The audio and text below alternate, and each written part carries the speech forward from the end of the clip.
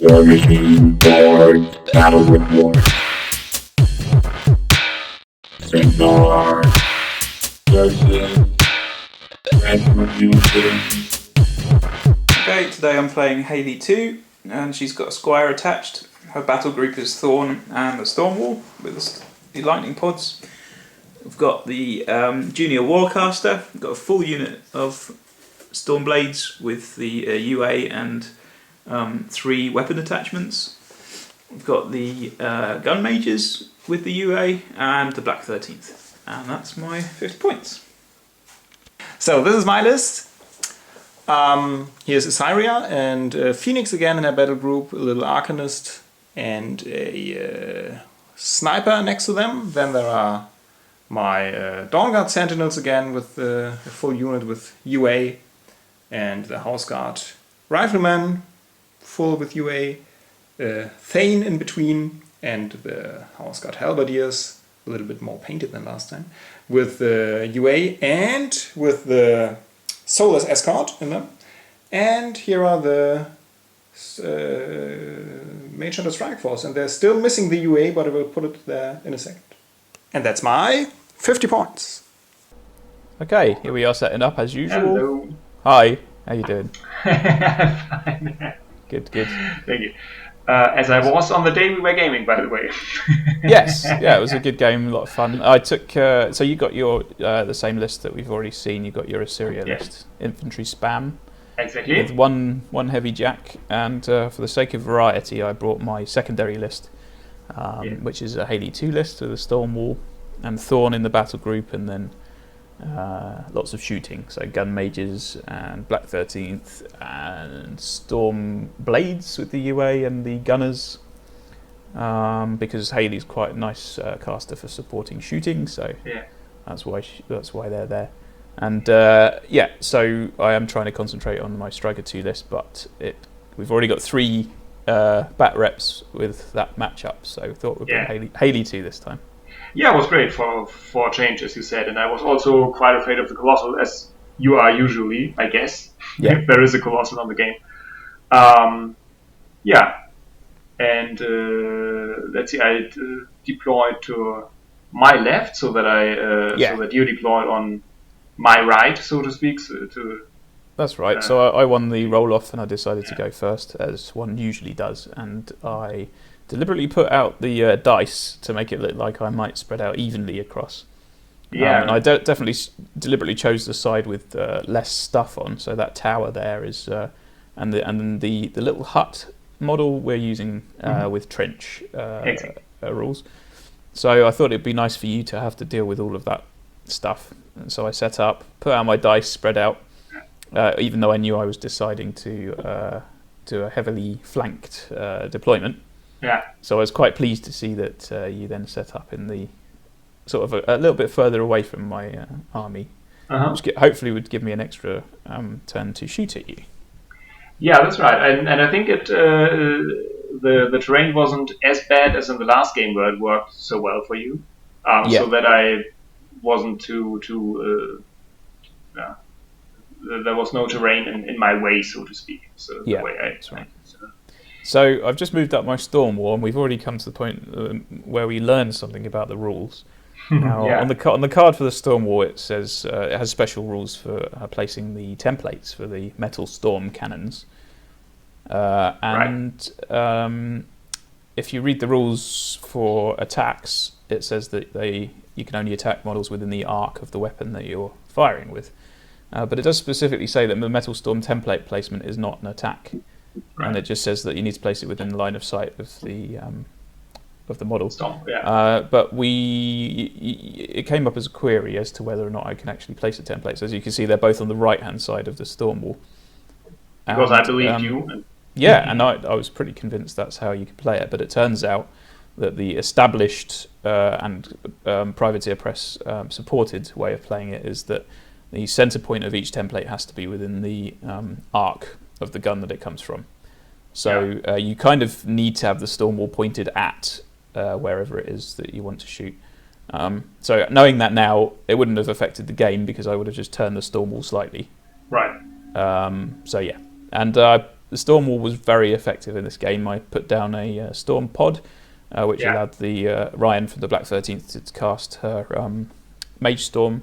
It allows you to place Mage Storm pretty much where you want it on the first turn. Usually it would scatter, so that's quite nice. Yeah. And as you can see, there's a line of templates and also the 2 objectives at either end. And that is where I've kind of drawn the line in the sand, where I'm saying you shall not pass. Exactly, that bugged me to no end during the whole game. So yeah. So you've got a huge model advantage. Yeah. So my only tactic really is to block you from charging me, because as soon as we get into close combat, then there's nothing I can do really. Right. So block you from charging me, and then try and shoot you more than you can get me into close combat. Yeah, and that was good, because my guys were in the way of my guys now. For example, my Dawn Guard, they moved up as far as they would dare. I think at one point I even tried to move one through your covering fire templates, but it was no use. You got killed instantly, so I left it. I think the Dawn Guards were dying on 6s, so some of them might have made it through, but not enough to help you really. No, not at all. Right. That really was, I think, a really big advantage for you, so that you did your covering fire, and I had to move around the edges on the bottom line of the bottom of the table now in this video, and that's where my halberdiers are trying to crouch around. And what you can't see, because there's a part missing, is that below the video there are my riflemen coming around. Oh, that's right. Yeah, I wonder how that got cut off. I just saw that now. Oh well. Yeah, so the House Guard riflemen are at the lower edge of the board. So forcing you to go through a slightly smaller gap means that all of your and being right over on the other side of the board means that all of your guys are falling over each other. Right. So hopefully that turns your model advantage against you by forcing you up into clumps. Yeah. Which is really nice for time bomb and some templates. Yeah, I think my gun mages are just cleaning up some of your mage hunters. Yeah, they're gone. Yeah. Gun mages are the absolute nemesis of mage hunters. So mage hunters are great. The mage hunter strike force is great, really good. But in a 1-to-1 against gun mages, they die in droves, which is great. They did. So I was enjoying that. And the Storm Wall is quite interesting the way it plays. The first turn, especially bonded to Haley, the first turn is sort of always a move up and fire.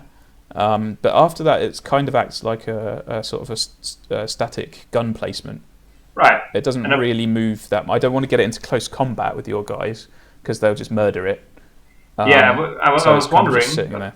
Go on. Yeah, I was wondering why you were not advancing, but that was obviously the more clever move you did. Yeah, I think your halberdiers would be able to take it down in 2 rounds, and I think your Dawn Guard, a full squad of Dawn Guard plus the Phoenix, would probably be able to take it down in 1 turn. Yeah, I guess so. Yeah. So yeah, as long as you've got more models on the board than me, then I didn't want to get into close combat. Yeah. My Stormblades are up the top of the board there, sort of trying to get around that forest. They're very slow, they're not very slow, but they're speed 5, so they're slow enough that it gets quite annoying to get past obstacles and things. Yeah. But they've got your Phoenix squarely in their sights. Yeah, I think you killed 1 or 2 of your guys, but nevertheless, yeah.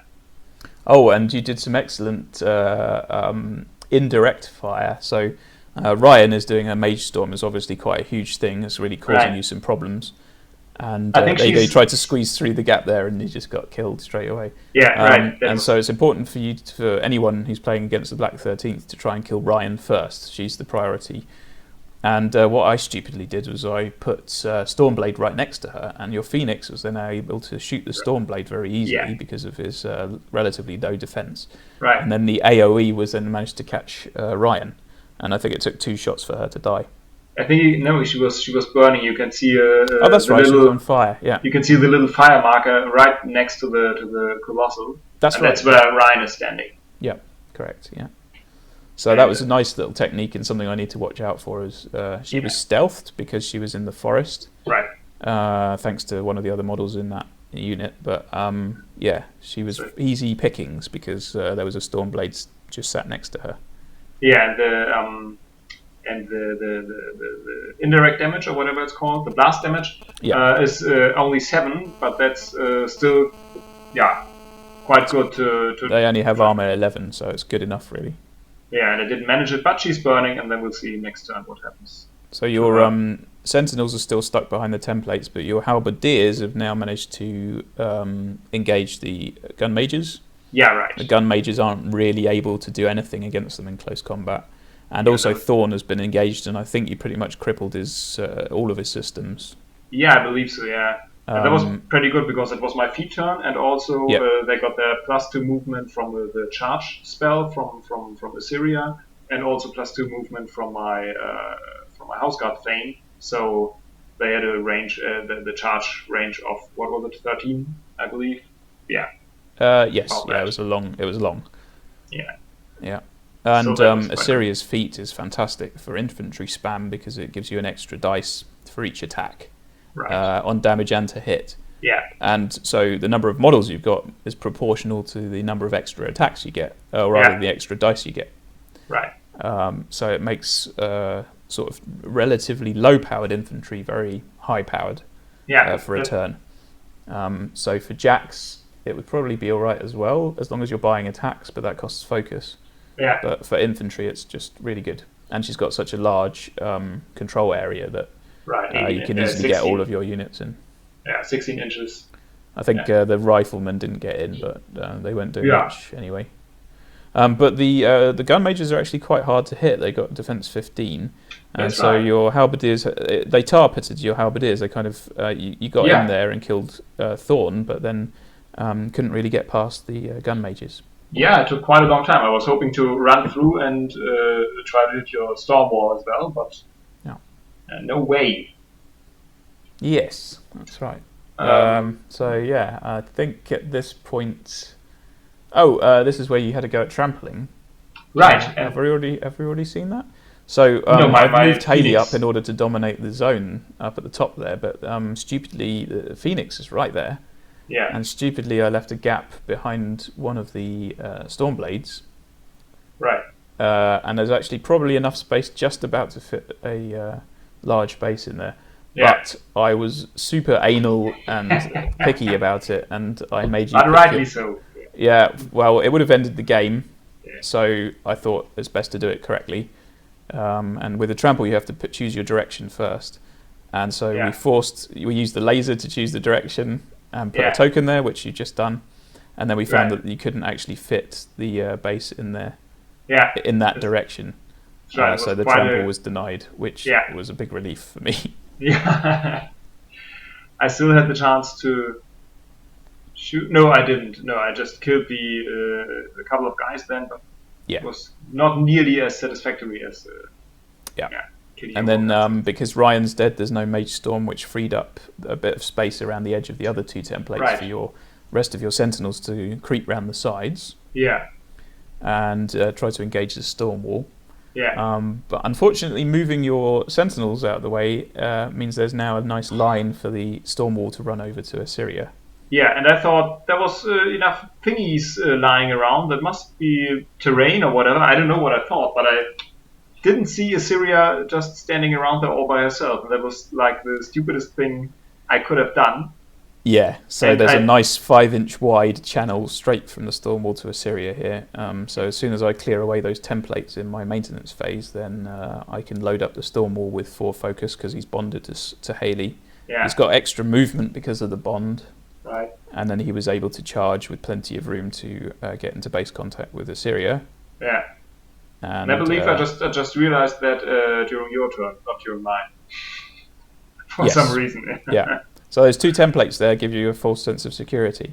Yeah, for some reason, though it's your templates. But anyway, there was a slight risk for you because I think 4 of my guys, 2 Dawn Guard and 2 House Guard guys, would get 3 strikes. That's right, and the House Guard, the Dawn Guard are Weapon Master, so they were able to damage.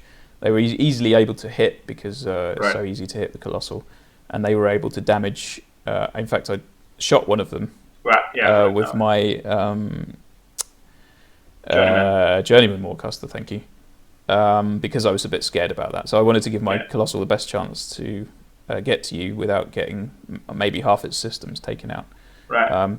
But I think even if you had done full damage, I think you would have only taken half of his systems away. And it's very difficult to knock out systems on a Colossal because they're so nicely spread out. Maybe so there we go. Right arm. Yeah. And then, so I saved it to the end of the turn because I wanted to give myself the best chance of doing it. But it's pretty much with that much focus. I'm boosting to hit, and I was also boosting to damage. And there you go. You can see that Colossal. I think was it the first attack or the second attack? And I believe it even was the first attack. I had the slight hope that with defense 16, you were not. She wouldn't have been so easily hit. But boosting to hit. And she got squashed, unfortunately. So it was a really deserved win with a big mistake on my part there. Well, that trample earlier, it still felt a bit cheap to be so picky about it in a fun game, but it would have ended the game at that point, so it felt like it was okay to be a bit picky about it. It really was. I think so as well, yeah. And actually, after the game finished, we rolled to see if the Phoenix's attacks would have been enough to kill Hayley. That's right. And he would have squashed her completely.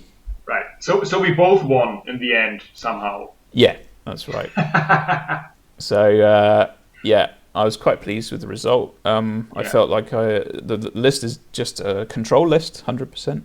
Yeah. It's definitely there to stop the other player doing what they want to do. Yeah, they really worked. Yeah. And so the idea is just to work out what there is, and I can see why Hayley 2 is so popular because she's quite easy to use. I mean, I spent a lot of time working out what I was going to do between. It wasn't a timed game. Yeah. I spent a long time working out between turns what I was supposed to be doing.